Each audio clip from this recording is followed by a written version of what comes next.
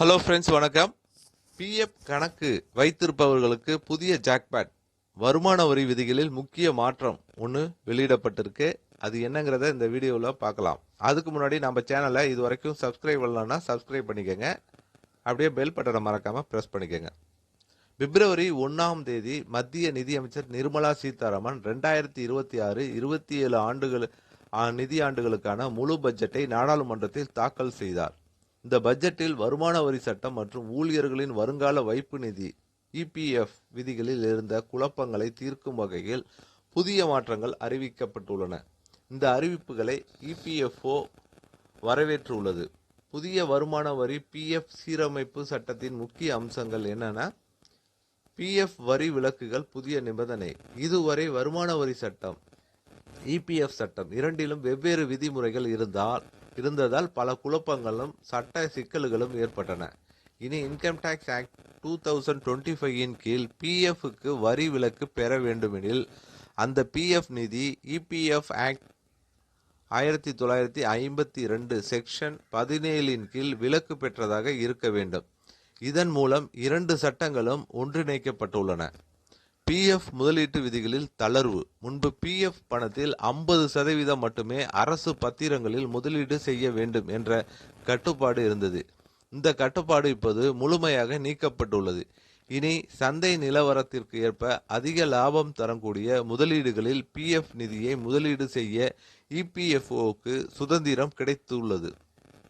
இதனால் பிஎஃப் சந்தாதாரர்களுக்கு எதிர்காலத்தில் அதிக வட்டி கிடைக்கும் வாய்ப்பு உள்ளது. நிறுவனத்தின் பிஎஃப் பங்களிப்பு வரி வரம்பு. ஊழியரின் பிஎஃப் கணக்கில் நிறுவனம் செலுத்தும் தொகைக்கு தெளிவான வரி வரம்பு நிர்ணயிக்கப்பட்டுள்ளது. ஆண்டுக்கு ரூபாய் 7.5 லட்சம் வரை வரி இல்லை. 7.5 லட்சத்தை தாண்டினால் அந்த கூடுதல் தொகை சலுகை வருமானம் ஆக கருதப்பட்டு ஊழியர் அதற்கு வரி செலுத்த வேண்டும். இந்த மாற்றங்களால் கிடைக்கும் நன்மைகள். வருமான வரித்துறை இபிஎஃப் துறைக்கு இடையிலான விதிமுறை முரண்பாடுகள் நீங்கும். சட்ட சிக்கல்கள் மற்றும் வழக்குகள் குறையும். பிஎஃப் முதலீட்டில் அதிக சுதந்திரம், உயர்ந்த வட்டி விகிதம் கிடைக்கும் வாய்ப்பு. நிறுவனங்களுக்கும் ஊழியர்களுக்கும் நிர்வாக பணிகள் எளிதாகும். இந்த புதிய விதிமுறையால் யாருக்கு அதிக நன்மை? அதிக வருமானம் பெறும் ஊழியர்கள். நிறுவனம் செலுத்தும் பிஎஃப் பங்களிப்பு 7.5 லட்சம் வரை வரி இல்லாதது. அதற்கு மேல் சென்றால் மட்டுமே வரி. தெளிவான டாக்ஸ் பிளானிங் செய்ய வசதி செய்யப்பட்டிருக்கு. தனியார் நிறுவனங்கள் மற்றும் முதலாளிகள். வருமான வரி சட்டம் இபிஎஃப் சட்டம் ஒன்றிணைந்ததால் கணக்கு பராமரிப்பு எளிதாகும். தேவையற்ற அபராதங்கள், நீதிமன்ற வழக்குகள் தவிர்க்கப்படும். விலக்கு பெற்ற பிஎஃப் அறக்கட்டளைகள். தனியார் பிஎஃப் ட்ரஸ்ட் நடத்தும் நிறுவனங்கள் இனி இபிஎஃப் ஆக்ட் செக்ஷன் 17 கீழ் விலக்கு பெற்றிருந்தாலே வருமான வரி அங்கீகாரம். நிர்வாக சுமை குறையும். சாதாரண பிஎஃப் சந்தாதாரர்கள். 50% முதலீட்டு கட்டுப்பாடு நீக்கப்பட்டதால் இபிஎஃப்ஓ அதிக லாபம் தரும் முதலீடுகளை தேர்வு செய்ய முடியும். எதிர்காலத்தில் பிஎஃப் வட்டி அதிகரிக்க வாய்ப்பு இருக்கிறது. யார் கவனமாக இருக்க வேண்டும்? பேசிக் சேலரி அதிகமாக இருந்து நிறுவனத்தின் பிஎஃப் பங்களிப்பு ஆண்டுக்கு 7.5 லட்சத்தை தாண்டினால் அந்த கூடுதல் தொகைக்கு வரி செலுத்த வேண்டும்.